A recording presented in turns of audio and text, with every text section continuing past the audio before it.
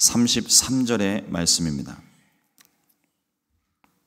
사무엘하 14장 32절로 33절의 말씀 같이 한 목소리로 합독하시겠습니다. 압살롬이 요압에게 대답하되 내가 일찍이 사람을 내게 보내 너를 이리로 오라고 청한 것은 내가 너를 왕께 보내 아뢰게 하기를 어찌하여 내가 그 술에서 돌아오게 되었나이까? 이 때까지 거기에 있는 것이 내게 나았으리이다 하려 함이로라. 이제는 내가 나로 하여금 왕의 얼굴을 볼 수 있게 하라. 내가 만일 죄가 있으면 왕이 나를 죽이시는 것이 옳으니라 하는지라.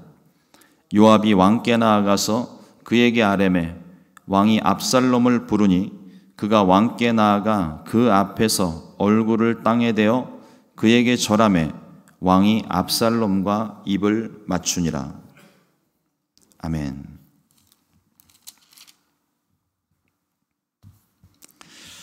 오늘 함께 봉독한 사무엘하 14장 32절로 33절의 말씀을 가지고 진실한 마음이 필요한 때라는 제목으로 함께 말씀의 은혜를 나누겠습니다.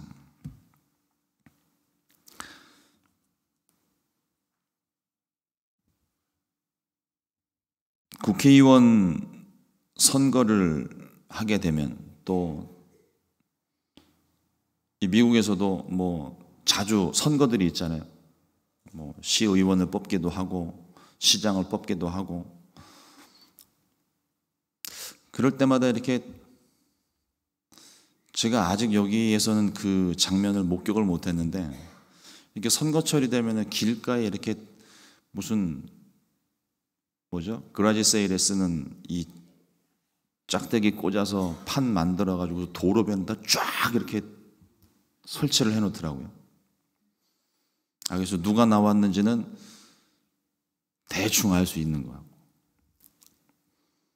근데 미국 사회에 이렇게 깊숙하게 관여를 안 하다 보니까 그런 어떤 정치적인 공약들이 나오는지는 잘 모르겠어요. 근데 일반적으로 보통 정치인들이 혹은 어떤 선거를 통해서 투표를 하게 될 때에 나는 이런 사람이고 나는 앞으로 이렇게 일을 할 거고 이렇게 어떻게 하겠습니다. 그런 이야기들을 많이 하게 됩니다. 이걸 우리가 소위 공약이라고 이야기를 합니다. 약속이죠. 공적으로 공개된 약속을 공약이라고 이야기를 하는데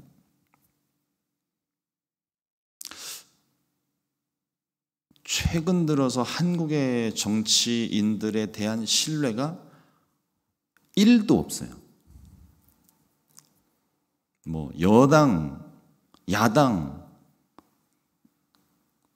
기타 다른 당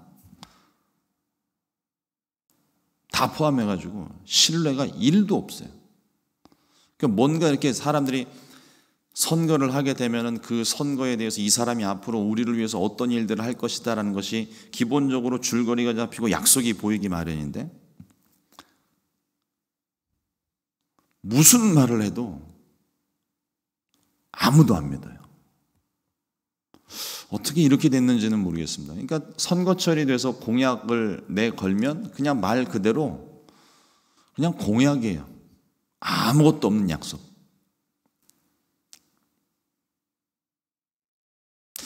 그리고 이렇게 주변을 이렇게 가만히 보면 투표를 하시는 분들도 그 당사자들이 내건 공약에 의해서 투표를 하는 게 아니라 그냥 지인과 혈연과 지역색과 여러 가지 이런 것들을 통해서 투표를 하지 공약 내용과는 전혀 상관이 없어요. 그냥 그런 모습을 보면서 이러다 그냥 끝나는 것 같아요. 그러고 이제 누가 뽑히면 뽑혔나 보다. 젊은이들이 정치에 관심을 갖지 않는 이유 중에 하나가 그 부분입니다. 진심이 보이지 않는다는 거예요.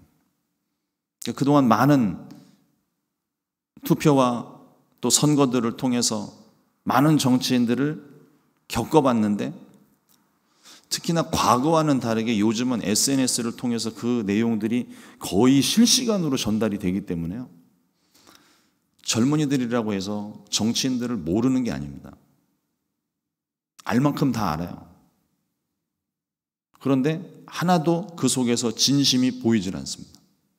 그래서 정치에 등 돌리고 자꾸 이 빠져나가는 사람들이 생겨나가는 거예요.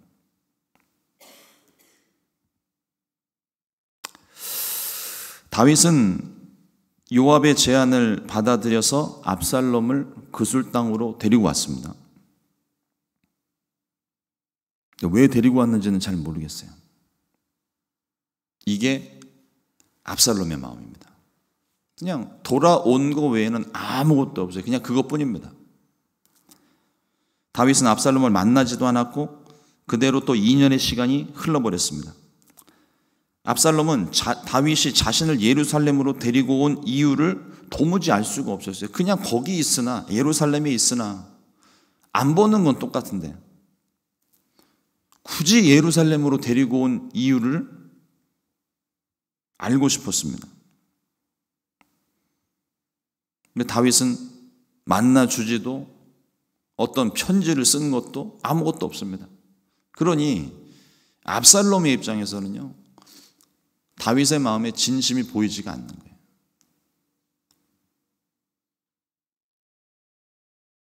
철저하게 무시당하는 느낌은 점점 분노로 변하고 결국 아버지를 향한 반란으로 이어져 갑니다. 오늘 말씀이 우리들에게 주시는 말씀들을 우리가 함께 나누기를 원합니다. 첫 번째로 압살롬의 외모에 대한 말씀이 오늘 말씀 본문에 있습니다. 여태까지 성경을 보면서 사람의 외모에 대한 것을 칭찬하는 것을 종종 보게 되는데 그 중에 가장 자세하고 많은 양을 포함을 해서 압살롬의 외모를 칭찬하는 기사가 있습니다. 사무엘하 14장 25절에 보니까요, 온 이스라엘 가운데에서 압살롬같이 아름다움으로 크게 칭찬받는 자가 없었으니 그는 발바닥부터 정수리까지 흠이 없습니다. 사무에서의 기본 배경에는요, 용모나 외모를 보지 말라, 나 야훼는 중심을 보느니라, 이 말씀이 배경에 깔려 있습니다. 근데 이 용모와 외모를 보지 말라고 말씀을 하셨는데 용모와 외모가 자세하게 기록이 됩니다. 이게 어떤 의미일까요? 다윗에게 기름을 부을 때 맏아들 엘리압의 모습을 보고 감탄했던 사무엘에게 하나님께서 하신 말씀이 바로 이 말씀입니다. 이렇게 외모를 강조하고 있는 이유는 이제부터 본격적인 압살롬의 반란 준비가 시작되고 있기 때문에 그래요. 압살롬의 외모가 뛰어나서 사람들의 마음이 압살롬에게 끌리기 시작합니다. 얼굴은 물론이고 발바닥부터 정수리까지, 도대체 발바닥이 어떻게 생기면 잘생긴 건지는 잘 모르겠는데요.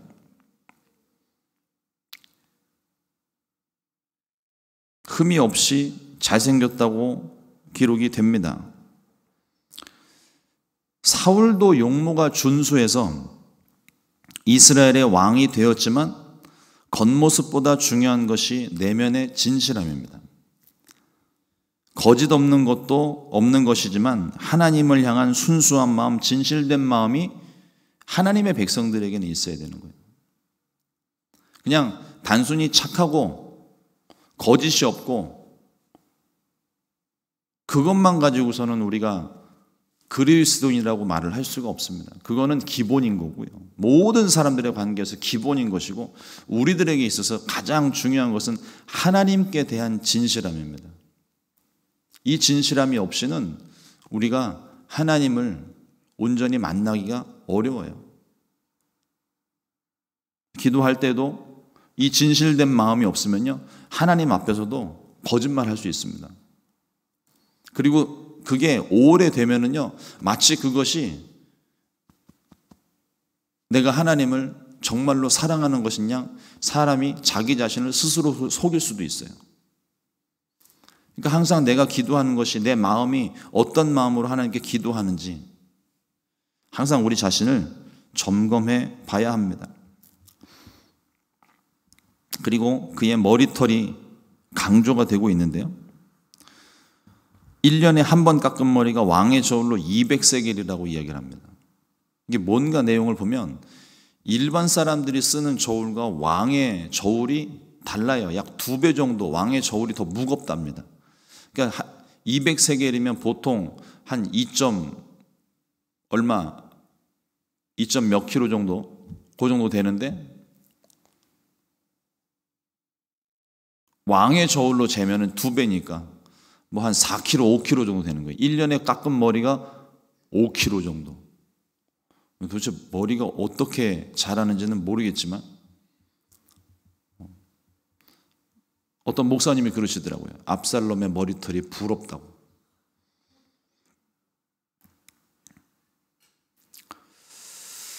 그만큼 머리가 풍성했다는 표현이겠죠. 이 압살롬의 외모와 그의 머리털을 이처럼 강조하는 이유는 압살롬의 반란의 시작과 끝이 외모에 있기 때문입니다. 압살롬이 그의 뛰어난 외모를 가지고 사람들의 마음을 훔쳐요. 왜 그런 거 있잖아요. 이렇게 사람이 잘생기면 괜히 호감이 가고 끌리고 그 사람이 말을 하면 뭔가 다 신뢰가 가는 것 같고 그래서 사람의 마음을 빼앗겼다가 그 사람의 진심을 깨닫는 순간 이미 다 모든 건 잃어버린 상황.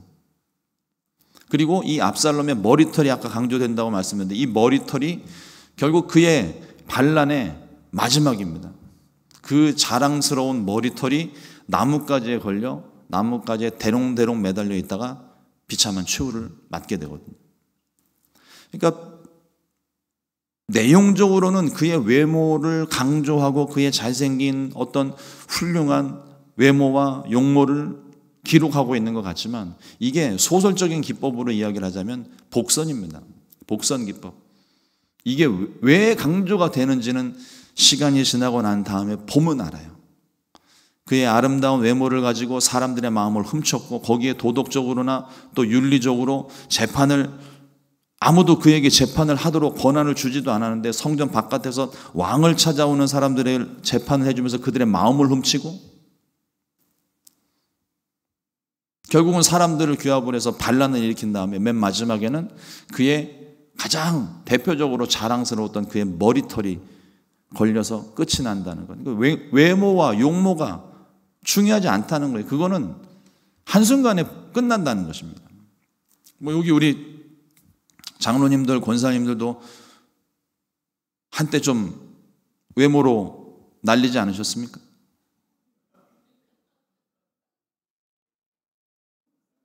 그래도 옛날에는 그래도 남자 꽤나 따라다니고 여자 꽤나 따라다니고 그러셨을 텐데 제가 진심을 보기 때문에 그게 보이는 겁니다. 그러나 그건 한순간이에요. 잠시 젊었을 때 그때뿐입니다. 그것이 중요한 것이 아니라 우리의 마음, 우리의 진심이 과연 하나님께 진실된가? 하나님이 가장 기뻐하시는 마음은 진실된 마음입니다.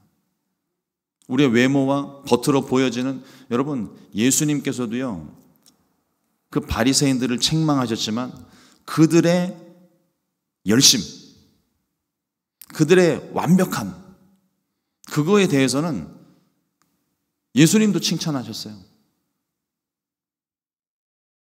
다만 그 속이 텅 비어있기 때문에 그래서 바리새인들과 서기관들을 그 속에 뭐 행위적으로는 하나님에 대한 열심과 열정이 누구보다 뛰어났던 사람들입니다. 그러나 그 속에 하나님을 섬기는 마음이 전혀 보이질 않으니까 회칠한 무덤이라고 욕을 하시고 독사의 자식들이라고 욕을 하시고 오늘 우리가 가지고 있는 것 중에 자랑할 것, 내세울 것, 건강과 용모, 부와 명예, 지식 자랑하기 쉽습니다. 그러나 그것이 중요한 것이 아니라 우리가 자랑해야 될 것은 오직 예수, 우리가 내세워야 될 것은 나의 자랑 십자가뿐입니다. 우리의 속사람은 언제나 주님으로 가득해야 할 줄로 믿습니다. 둘째로 압살롬의 분노입니다. 요압의 계획과 설득 그리고 다윗의 허락하에 압살롬은 그술에서 예루살렘으로 다시 돌아왔습니다. 하지만 그때로부터 2년 동안 아버지 다윗을 만나지 못했습니다. 압살롬의 마음이 어땠을까요?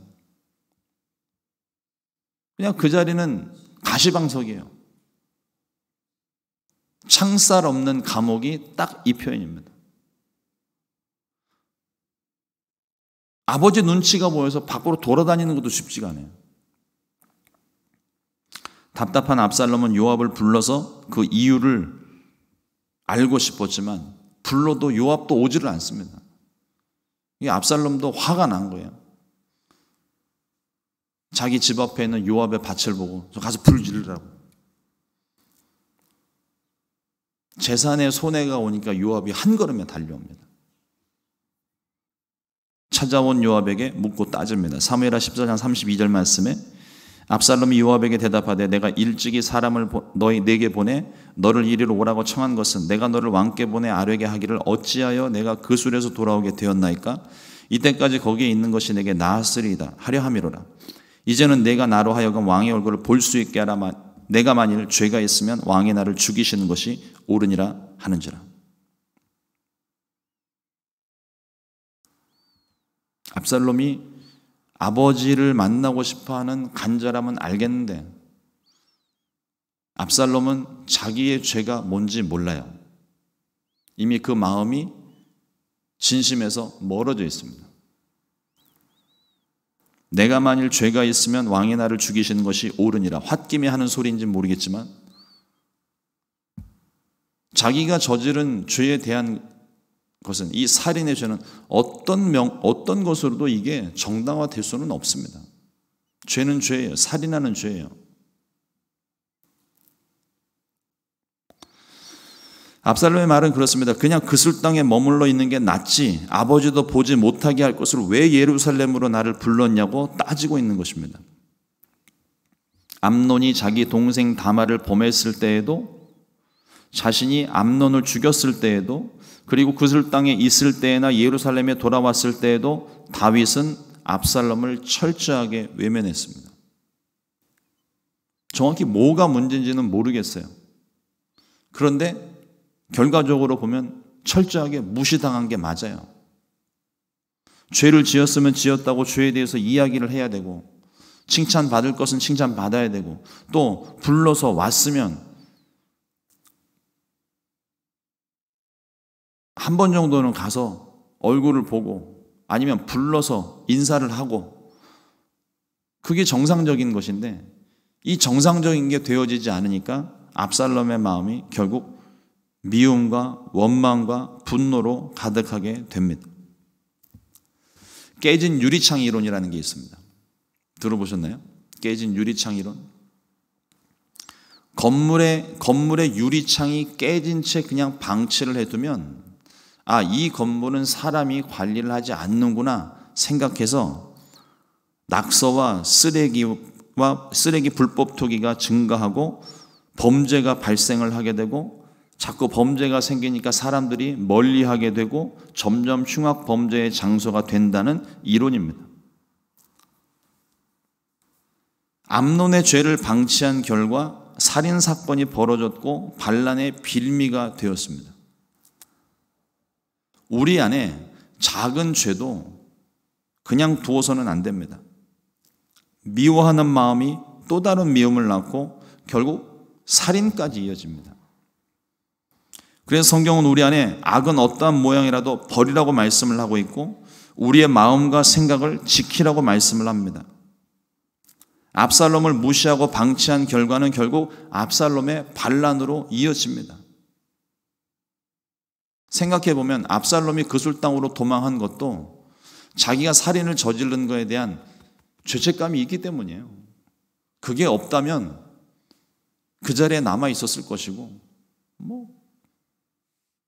그 자리에서 뭔 일을 벌였겠죠. 자기가 저지른 죄에 대한 죄책감이 없이 아파하는 어떤 공감한 마음 없이 있는 그 상태를 가리켜서 사이코패스라고 얘기를 하는 겁니다. 압살롬이 지금 딱 그 상황으로 점점 가고 있는 거예요. 자신이 지은 죄에 대해서도 이게 죄인지 아닌지 분별을 못해요.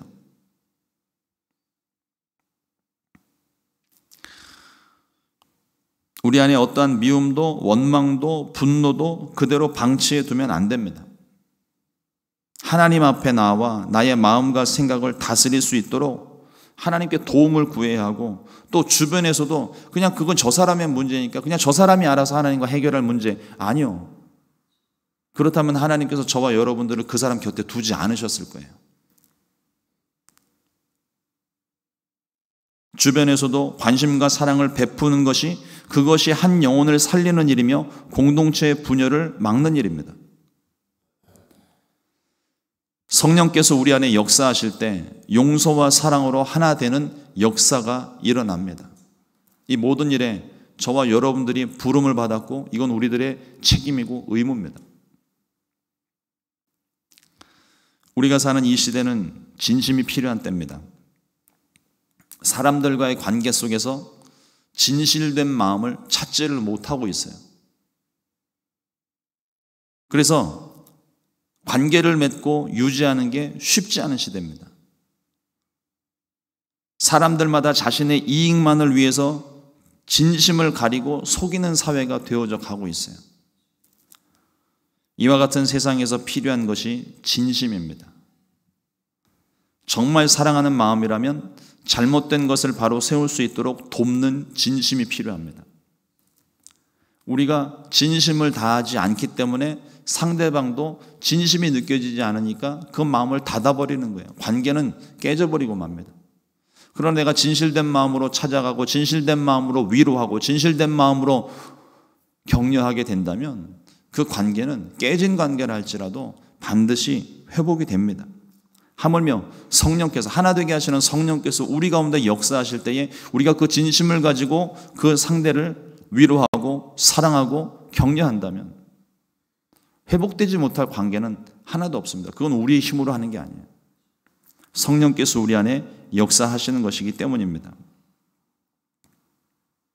아이가 잘못된 길로 나아갈 때 그 아이를 그대로 방치할, 방관할 부모가 없습니다. 아이를 잘 되게 하기 위해서 때로는 훈계도 필요하고 위로와 격려도 필요합니다. 우리를 향하신 하나님의 사랑이 딱 같습니다. 택하신 백성이 주의 길을 때 선지자를 통하여서 끊임없이 말씀하시지만, 회개하고 돌아오라 말씀하시지만 결국 듣지 않는 그 백성들을 하나님이 심판하셨습니다. 근데 그 심판은 멸망을 위한 심판이 아니에요. 돌아오라 하는 심판의 메시지입니다. 하나님의 마음이 담긴, 진심이 담긴 마음이에요. 그러니까 말씀이 심판에 대한 메시지로 끝나는 것이 아니라 회복에 대한 말씀이 같이 있잖아요. 멸망이 목적이라면 죄 지은 것에 대한 심판으로 끝을 내버리고 그냥 끝나버리는 거예요. 그러나 하나님의 말씀은 심판으로 끝나는 것이 아니라 다시 회복을 시키십니다. 돌아오면 내가 너희를 돌아오게 할 것이고 다시 성전을 세울 것이고 다시 너희들이 이 세상 가운데 여기에 내가 약속한 이 땅에 너희들이 다시 살게 될 것이다. 약속의 말씀이 거기 있습니다. 심판의 목적은 죽음이 아니라 회복입니다. 우리를 향하신 그 마음이 예수님께 있고 십자가에서 그 사랑을 우리에게 보여주셨습니다. 하나님의 공의와 하나님의 사랑이 동시에, 그것도 한 자리에서 완성된 곳이 십자가입니다. 우리는 그 십자가가 지금 필요합니다. 십자가 때문에 용서받았고 십자가 때문에 우리가 구원을 받았습니다. 주님이 제자들에게 말씀하십니다. 마태복음 16장 24절 말씀에 이에 예수께서 제자들에게 이르시되 누구든지 나를 따라오려거든 자기를 부인하고 자기 십자가를 지고 나를 따를 것이니라. 예수님을 믿는 저와 여러분들에게도 똑같이 말씀하십니다. 나를 따라오려거든 자기를 부인하고 자기 십자가를 지고 나를 따를 것이니라. 오늘 우리가 져야 될 십자가가 무엇일까요? 우리를 향하신 주님의 마음은 언제나 진심인데 주님을 향한 우리의 마음은 과연 그 속에 진심이 담겨져 있습니까? 우리의 옛사람, 우리의 옛모습을 죽이고 주님이 말씀하신 대로, 주님이 행하신 대로 순종하며 사는 삶이 십자가를 지는 삶이 아닐까요? 그 삶이 진실된 주님의 마음을 가진 삶이고 그 삶에 진실함이 담기게 되는 것입니다. 오늘 저와 여러분들의 삶 속에 이 진심이 묻어나고 전해져서 깨어지고 어긋난 모든 관계가 회복될 수 있게 되기를 주님의 이름으로 축원합니다. 기도하겠습니다. 하나님, 온 마음을 다하여서 우리를 사랑하신 주님의 십자가 때문에 오늘 우리가 하나님을 알고 믿고 예배하며 그 십자가의 사랑 때문에 위로받고 소망을 갖게 됩니다. 하나님, 우리 마음 가운데 주님의 우리를 향하신 그 진실함이 전해졌다면 우리도 주님을 향하여 진실된 마음으로 사랑하고 섬기고 예배할 수 있게 우리를 도와주시옵소서. 특별히 하나님을 사랑함 같이 이웃도 사랑하라고 말씀을 하셨는데 우리의 모든 이웃들을 통하여서 이웃들과의 관계 속에서도 이 진심이 담겨져서 관계가 회복될 수 있기를 원합니다. 때로는 상대가 거절을 하고 때로는 상대가 나를 외면할지라도 하나님, 우리를 향하신 주님의 마음이 한결같고 끝까지 사랑하셨던 것처럼 우리도 포기하지 않고 끝까지 사랑하며 격려하고 위로하여서 관계가 회복될 수 있게 되기를 간절히 소망합니다. 그러나 하나님, 우리의 힘으로는 불가능합니다. 성령께서 우리 가운데 역사해 주셔서 오직 하나 되게 하시는 성령의 능력으로 모든 관계가 회복될 수 있도록 도와주시옵소서. 우리 가족들 간에 하나 되게 하여 주시고 우리 구역과 교회 안에 하나 되는 역사가 있게 하여 주시고 또 하나님, 우리가 복음을 전해야 될 세상과 복음으로 하나 될 수 있는 놀라운 역사가 있게 하여 주시옵소서. 오늘 하루도 하나님 주님 앞에 진실된 마음으로 하루를 살기를 원합니다. 성령으로 우리를 인도하여 주옵소서. 귀하신 예수님의 이름으로 기도드렸습니다. 아멘. 주님